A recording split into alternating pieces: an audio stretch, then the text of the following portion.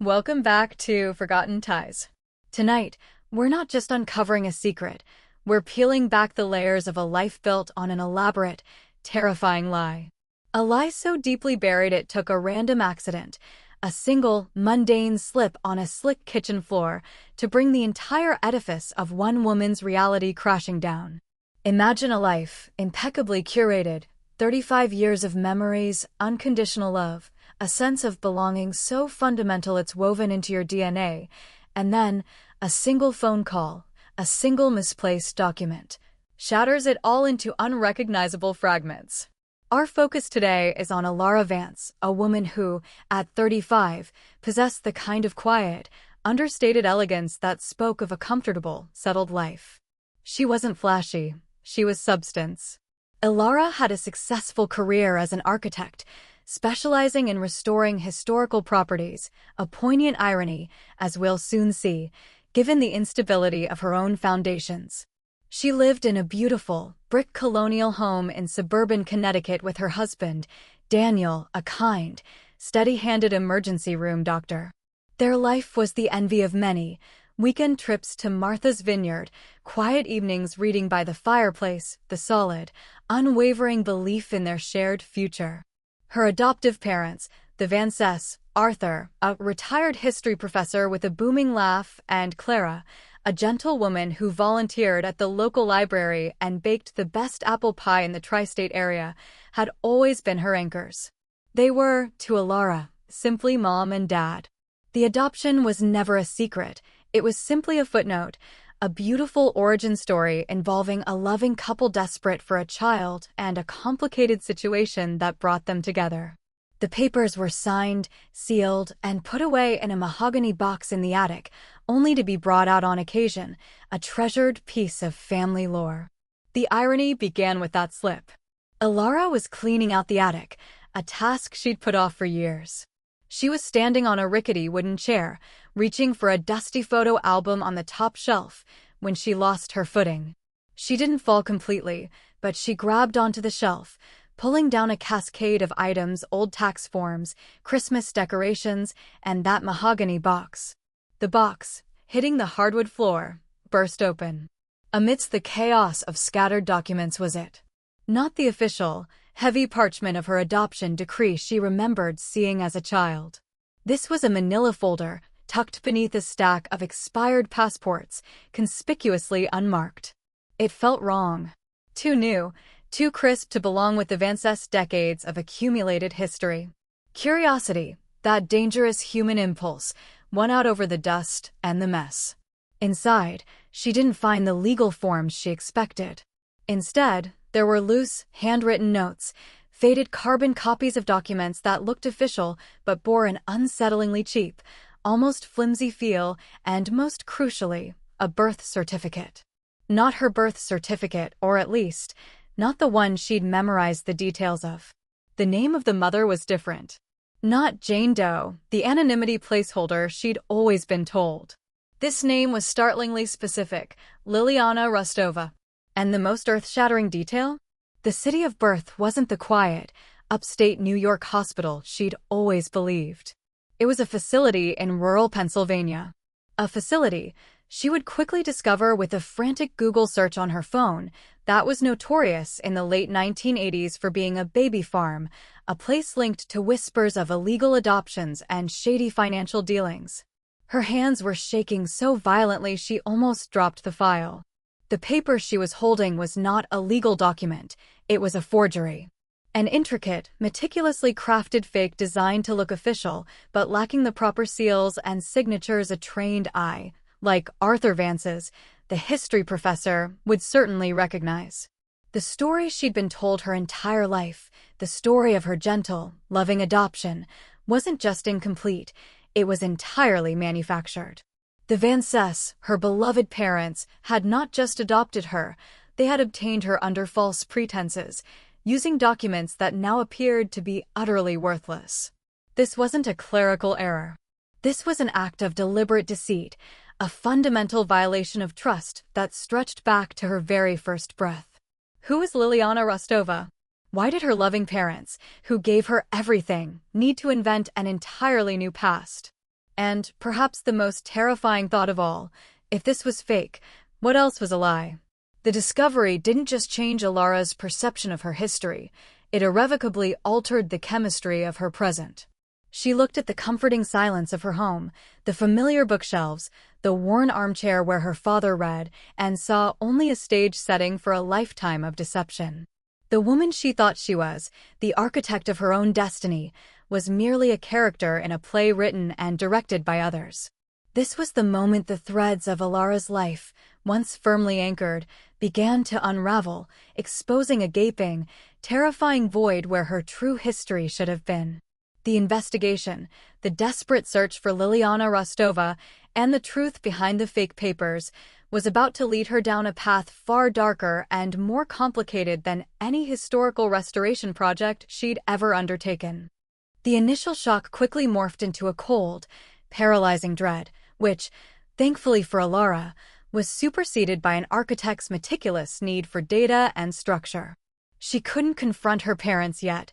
She needed irrefutable proof, not just a flimsy folder. Her investigative journey began with that single, specific name, Liliana Rostova. A quick, deeper dive into the records of that rural Pennsylvania baby farm, leveraging her husband Daniel's discreet access to medical databases, a morally gray area, but one Elara felt entirely justified in breaching, revealed something shocking. Liliana Rostova hadn't just given birth at that facility. She had been a patient there for an extended period, an employee's name repeatedly appearing in connection with her discharge records, an almost nurse named Sylvie Thorne. A name that meant nothing to Elara, yet felt instantly ominous. The Vances, in the meantime, were oblivious. They called daily, their loving voices an agonizing reminder of the deceit.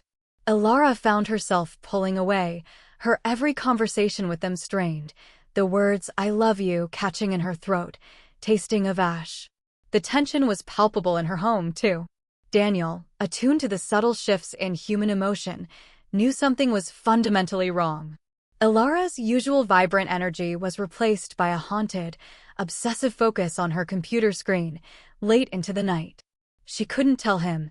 The lie was so vast, so encompassing, she feared it might destabilize their own marriage, a collateral casualty in the truth's destructive wake. The fake adoption papers themselves offered a crucial, chilling clue.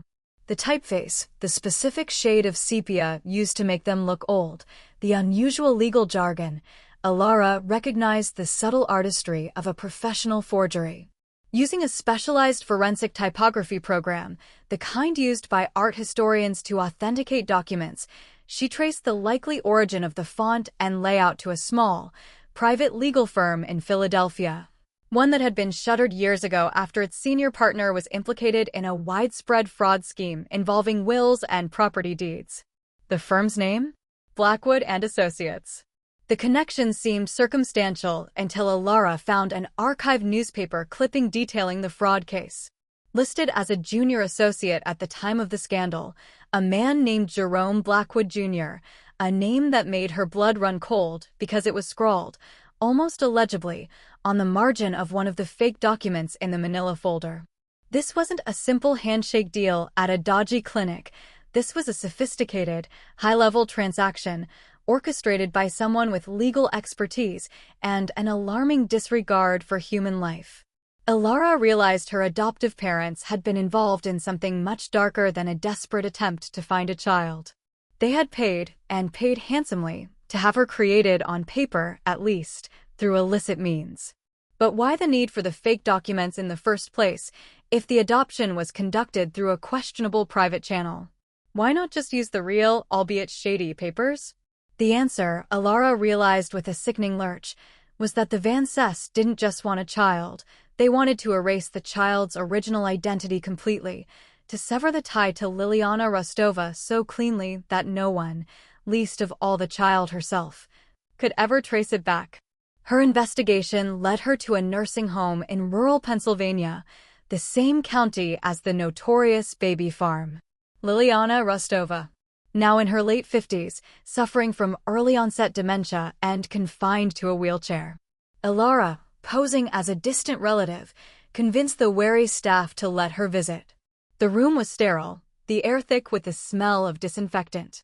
Liliana sat by the window, her silver hair pulled back, her eyes, an astonishingly familiar shade of deep moss green, Elara's own eye color, staring blankly out the window. It was like looking into a funhouse mirror of her own future. Elara tried to speak, her voice thick with emotion, but Liliana only mumbled, incoherent phrases about the papers and the gardenia locket. But then, as Elara was about to leave, defeated, Liliana's eyes briefly focused, an unnerving clarity snapping into place.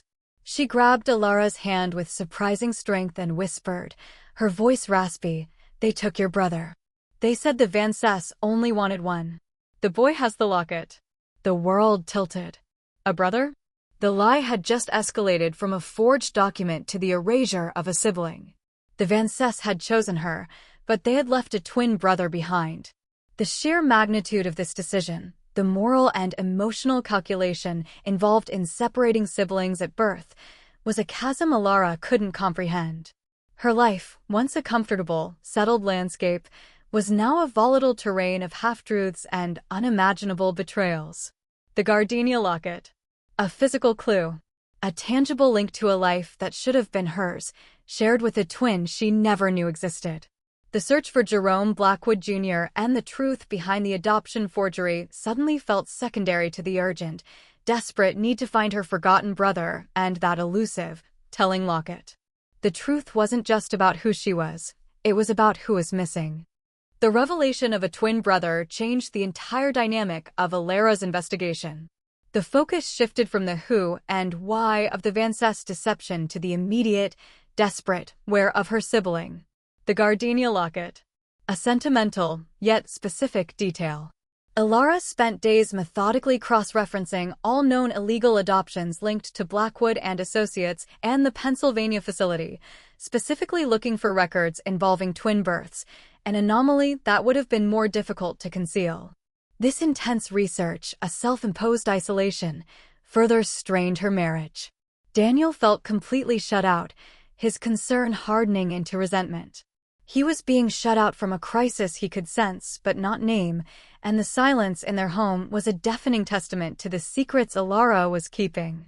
The breakthrough came from an unexpected source, an elderly, semi-retired private investigator named George Finn, recommended by a contact Daniel had used for background checks on potential employees. Finn specialized in decades-old cold cases and had a legendary, almost mythical reputation for finding missing people. Elara presented her case, the fake papers, the twin revelation, Liliana Rostova's cryptic message. Finn, initially skeptical, was drawn in by the sheer audacity of the Vances scheme. He focused on the only tangible clue, the locket. He theorized that the locket wasn't just a sentimental object, but a prearranged identifying marker used by the birth mother, Liliana, possibly an agreed-upon signal with the Vances, or more likely, a desperate attempt to mark her children before they were taken. Finn's meticulous search of probate and estate records from the era revealed something astounding. A wealthy, reclusive couple in the Hamptons, the Harrisons, had adopted a male infant around the same time Elara was adopted. The adoption was private, shrouded in absolute secrecy, and handled, you guessed it, by a shell company linked directly to Jerome Blackwood Jr. The crucial detail was a mention in the Harrison estate's inventory, filed upon the death of the adoptive mother 5 years prior, of a unique antique locket, silver, shaped like a gardenia, given to the son. The brother's name was listed as Ethan Harrison. He was a twin, living a life of unimaginable privilege and isolation in a sprawling, seaside estate. The Vances, Elara realized, hadn't just chosen her, they had traded for her, perhaps even actively separated the twins to secure their own desired outcome, a daughter. The emotional complexity of this truth was devastating. Her life of comfortable middle-class normalcy was a direct result of her brother's simultaneous, and equally artificial, life of extreme wealth. The confrontation with the Vances became inevitable. Elara couldn't live with the lie anymore. She confronted them not with anger, but with a crushing, icy calm, laying the fake documents on the kitchen table. Arthur Vance, the distinguished history professor, crumbled instantly, the bravado of decades dissolving into panicked tears. Clara, the gentle librarian, simply wept, her hands covering her face. They confessed everything. They had been desperate, unable to conceive, and had been directed to Blackwood and Associates, a firm that promised discretion and a healthy child. They knew the papers were forged. They knew the process was illegal. And yes, they were told there were twins, a boy and a girl. They admitted they were given the choice, a single child or both. They chose one. They chose her, rationalizing that they could only afford to provide the best life for one child, fearing that adopting both would strain them financially and emotionally. Their confession, rather than providing closure, was like a second betrayal. Their love, which she had never questioned, was now tainted by a chilling, self-serving calculus.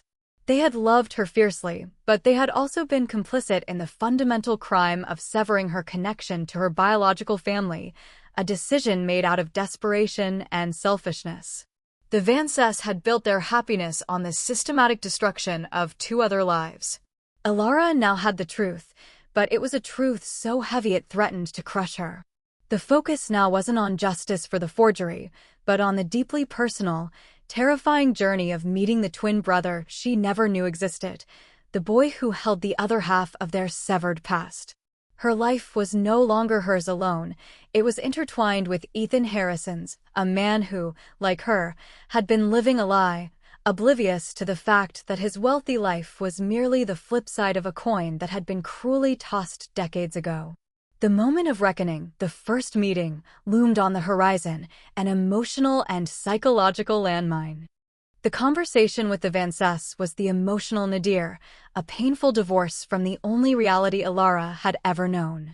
The tears, the apologies, the desperate pleas for forgiveness, they all fell flat against the stone wall of Elara's grief. She understood their desperation, but she could not reconcile it with the magnitude of their deceit. Forgiveness was a bridge too far, at least for now. Her focus was entirely on Ethan. Through George Finn's network, Elara secured a meeting with Ethan Harrison under the guise of an architectural consultation, a cover story that felt disturbingly close to her real, and now fractured, life. The location was the Harrisons' massive, imposing estate, a place that screamed old money and suffocating isolation. Ethan, a man of 35, stood waiting for her in the vast, echoing library. He was strikingly similar to her, the same lean frame, the same intense moss-green eyes, but hardened by a lifetime of emotional distance and the weight of a privilege he didn't question. He was a corporate lawyer, meticulous and guarded, a man clearly unused to personal introspection. The meeting was agonizingly slow. Elara, unable to maintain the professional facade, cut straight to the core. She presented the evidence, the fake papers, the connection to Blackwood, the details of Liliana Rostova, and finally, the fact that they shared a birthday, a birth mother, and an undeniable physical resemblance. Ethan was initially dismissive, viewing her as an opportunistic con artist after the Harrison fortune. His adoptive father had recently passed, and the estate was in probate, making him extremely wary.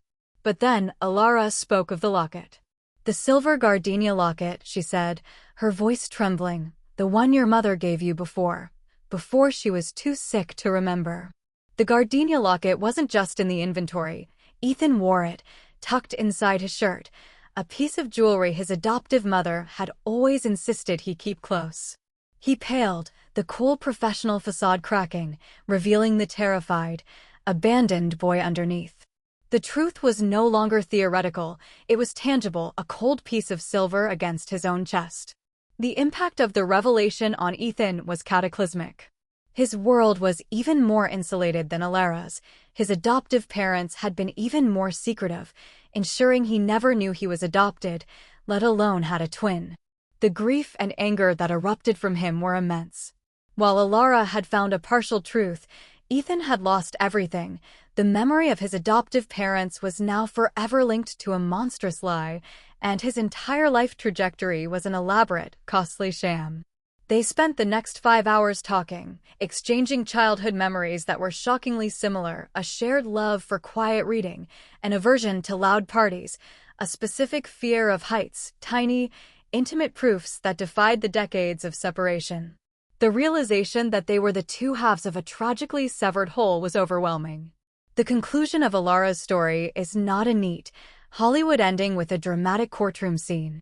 The forgery of the adoption papers was certainly a crime, but the statute of limitations had long since expired on many of the legal avenues for prosecution against the now-deceased key players, or the now frail and elderly Vances.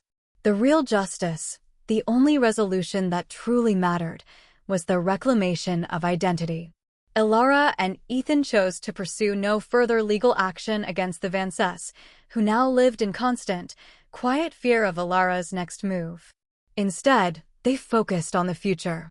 They maintained a cautious, evolving relationship, two strangers bound by the most fundamental, wrenching tie.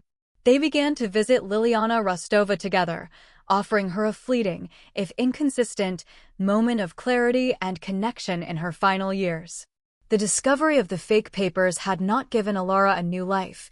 It had given her a new family, a shadow history, and a shared wound with a brother she was now determined to heal alongside. The Vances had paid a literal price for their deception. Elara and Ethan paid an emotional one. But in the rubble of the past, they found a fragile, yet undeniable, connection. The lie had broken them, but the truth, while painful, had finally made them whole. The story of Elara Vance is a haunting reminder that the threads of our past are often woven by the hands of others, and that the greatest secrets often hide in plain sight. If Elara's story moved you, if it made you question the foundations of your own history, then don't just walk away. Hit that like button, subscribe to Forgotten Ties, and make sure you turn on that notification bell. We dive into the unsettling truths of the human condition every week, and you don't want to miss what we uncover next. Thank you for watching.